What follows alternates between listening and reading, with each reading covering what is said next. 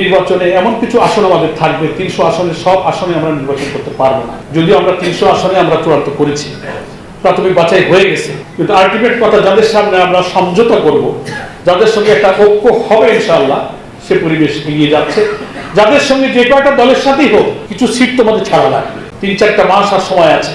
আমি জানি না কার পেশাগত কি অবস্থায় আছেন। যদি সম্ভব হয় এখন থেকে নিয়ত করে আমরা সিদ্ধান্ত গ্রহণ করি যে আমার ওখানে আমার প্রার্থী আছে, ওখানে আমার প্রার্থীকে বিজয়ী করতে হবে। নির্বাচনের কত আগে আমি ছুটি নিয়ে বাড়ি যেতে পারবো। This is the high time to take decision. সিদ্ধান্তের জন্য চূড়ান্ত সময় এখন। ৩ মাস আগে যেতে পারবেন? 1 মাস সাথে কত পাওনা ছুটি আছে? উইদাউট পে নেবেন, হোয়াটএভার ইউ লাইক, একটা সিদ্ধান্ত নেন। 54 বছর পরে আমির জামাত বলছেন এই মুসলমানদের সামনে, উম্মার সামনে আল্লাহ তাআলার দ্বীনকে পার্লামেন্টে নেবার এই অবারিত সুযোগ আর সামনে আসবে কিনা আমরা জানি।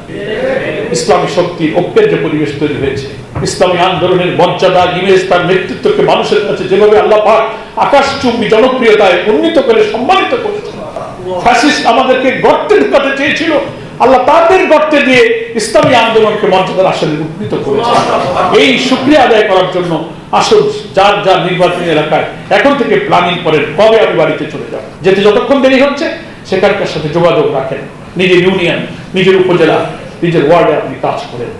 আর যদি মনে করেন যে সেই আসনগুলোতে নির্বাচনে এমন কিছু আসন আমাদের থাকবে ৩০০ আসনের সব আসনে আমরা নির্বাচন করতে পারবো না। যদিও আমরা ৩০০ আসনে আমরা চূড়ান্ত করেছি, প্রাথমিক বাছাই হয়ে গেছে, কিন্তু আলটিমেট কথা যাদের সামনে আমরা সমঝোতা করব, যাদের সঙ্গে একটা ঐক্য হবে ইনশাআল্লাহ, সে পরিবেশ এগিয়ে যাচ্ছে।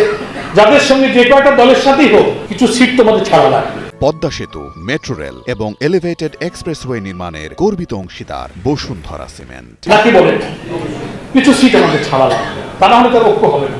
আমির জামাত একটা আইডিয়া আমাকে দিয়েছেন সম্ভাবনা দেখে, যে এমনও হতে পারে সমঝোতা করতে করতে শেষ পর্যন্ত প্রায় 100 আসন আমাদের ছেড়ে দিতে হতে পারে। আমাদেরকে বলছেন মাইন্ড সেট রাখবেন, কমপক্ষে 200 আসনে আমরা ইনশাআল্লাহ ইলেকশন করব। 150 কিছু, মানে 150 না, 200 যদি থাকে বা যদি বেশি থাকে, হয়তো 100 বা তার কিছু কমও যদি ছাড়ি, তাহলে এমন কিছু আসন থাকবে যে আমাদের ছেড়ে দিতে হবে। অথবা সে আসনগুলো নতুন কখনো আমরা ইলেকশন করিনি, যে তার সম্ভাবনা একেবারেই ক্ষীণ, এরকম 2-4টা আসনও কিন্তু থাকতে পারে।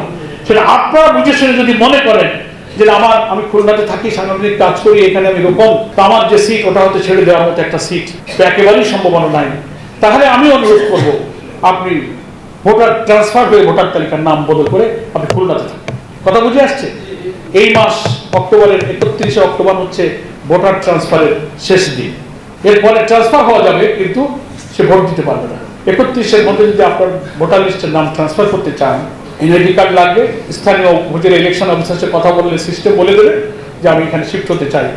তাহলে যারা যেখানে সাংগঠনিক দায়িত্ব পালন করছে, যেখানে জনশক্তি, সেখানেই আপনি ভোটার হয়ে সেখানকার প্রার্থীকে, খুলনার 6টা সিট তো একটা সম্ভাবনাময় সিট হয়ে দেখা দিয়েছে, আপনারা থেকে যাওয়ার চেষ্টা করেন এবং উইদিন 31 অক্টোবর আপনারা ভোটার ট্রান্সফার হয়ে আপনারা এই ময়দানে থাকেন এবং যান প্রাণ দিয়ে আপনারা পরিশ্রম করার চেষ্টা করবেন।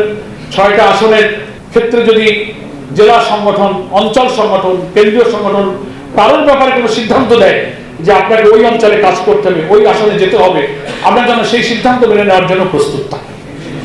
আমরা আমাদের ভাইদেরকে বিজয়ী করা নয়, আমরা আমাদের আন্দোলনকে, দিনকে, আমাদের শক্তিকে বিজয়ী করে এবার মানুষের যে আশা আকাঙ্ক্ষা আর আমির জামাতের পক্ষ থেকে জাতির প্রতি যে আহ্বান, সেই আহ্বানকেই আমরা বিজয়ী করতে চাই।